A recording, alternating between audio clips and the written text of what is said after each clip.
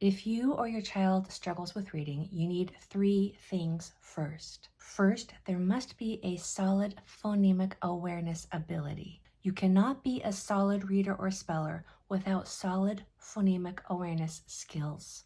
So the first thing I want them to develop is this awareness of the smallest units of sound within words. Once those sounds within words are organized and able to be isolated and discriminated between, then those letters in the word will start making more sense.